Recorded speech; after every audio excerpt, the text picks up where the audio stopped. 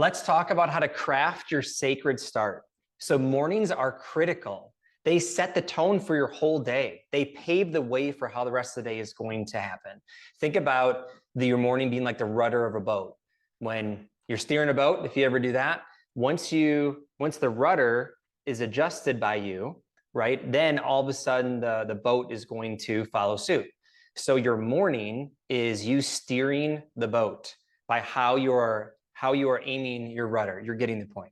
So what I wanted to go through is how to craft your sacred start. It is sacred, it is holy, it is powerful, it is so important to your Jesus journey and the rest of your day. So let me walk you through this PDF document I have for you on how to map out your sacred start. So first you want to start off with a stopping point. So when do you need to be done with your sacred start? For example, me, 7:15 a.m. is when my boys are awake. I have no chance of any peace after 7:15 a.m. So I'm going to plan for that and have myself be done with my sacred start by 7:15. All right, so I want you to think about that for you right now. You're going to go through these. I'm going to have you write these down. Then you're going to put them in your own calendar or in this little PDF if you'd like, whatever works best for you. Second, do you have any travel time? So think about, do you have to travel anywhere? For me, I go to the gym. It's about 5 minutes away. So I have about 10 minutes of travel time I have to put into my sacred start, even though I'm not like doing anything crazy in that time or anything beneficial, really. I'm just driving. I still need to account for it so I'm not rushed and I'm not stressed. I find that a lot of people get jammed up, they get stressed, and they don't follow through on their commitments for their sacred start because they didn't plan accordingly.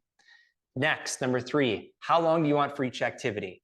So how long do you want for scribing time, journal time? Maybe it's 5 to 10 minutes. How long do you want for a devotional time? Maybe that's 5 to 10 minutes. Maybe reading through the Bible in a year. Maybe it's 15, 20 minutes. How long do you want for prayer? Maybe 5 minutes. How long do you want for exercise? Right? Maybe 45 minutes. So take a moment, write those down right now and add that up. How much time is that? Is that an hour? Is that an hour and a half? Is that 2 hours of sacred start activity time? Next, you need any transitions. Another thing we forget about.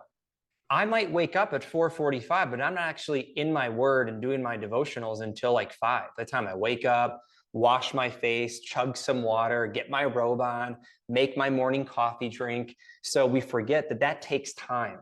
So does it take 15 minutes to get up and get your coffee? Does it take 10 minutes to prep for the gym, right? You're driving to the gym, but you're also prepping to go and then coming back. So realize that time and then add that up. So let's just say number 5, your full sacred start time is 2 hours.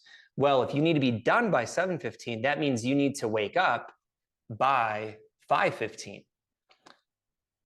So there you go. That is your start time. And then to even take it the step further for a necessary night is think about how many hours of sleep that you feel best at. I know for me, I want to be in bed for 7 hours. So that way my Fitbit tracking shows that I am getting 6 to 6.5 hours of actual sleep time. So then you back that up and that means, okay, if I want to wake up at 5:15 and I want to get 7 hours of sleep in bed, that means that I need to get to bed at 10:15 p.m. So how long do I want to set up for bedtime? Think about brushing your teeth, getting the day ready, maybe prayers or talk with your significant other, whatever it may be. But how long is that? All right, and then back that up. And then that is when you want to set your evening alarm for. So your morning starts the night before.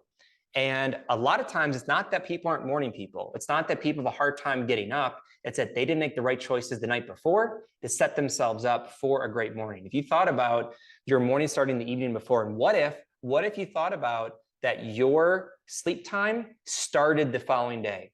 And what if your day started with sleep? It didn't end with sleep. How much different would you treat that? And what if you started your day at, let's say for this example, 9:45 p.m.? Okay, it is the next day. I'm setting myself up. It's going to be a great day. I'm going to get to bed at a good time. I'm going to wake up refreshed, have my sacred start, and get the whole day ahead of me. So think about that and booby trap yourself with that evening alarm. Mine goes off at 9:20 every night. So I know if I'm in the middle of a movie let's still finish the movie most likely. But if I'm in the middle of something, or especially a Netflix episode, and the temptation is to watch one more, no, my alarm already went off. That signals to me this is my last thing, whatever I'm doing. I'm done after this, so I can cut it off and get to bed, because whatever I'm doing at night, nothing is going to be as important as me waking up, spending time with Jesus, and doing my sacred start the next morning. So that's how you do it. And then do you want to adjust? Don't be legalistic about it. Maybe you have a different sacred start time for weekends. I personally wake up around 4:45, 5 a.m. to get my sacred start in on the weekdays, but on the weekends, when I don't have to get the kids ready for school, I have a little bit more flexibility in the morning. I'll probably sleep into like 5:30. So again, what is it going to be on weekends, and accommodate for that.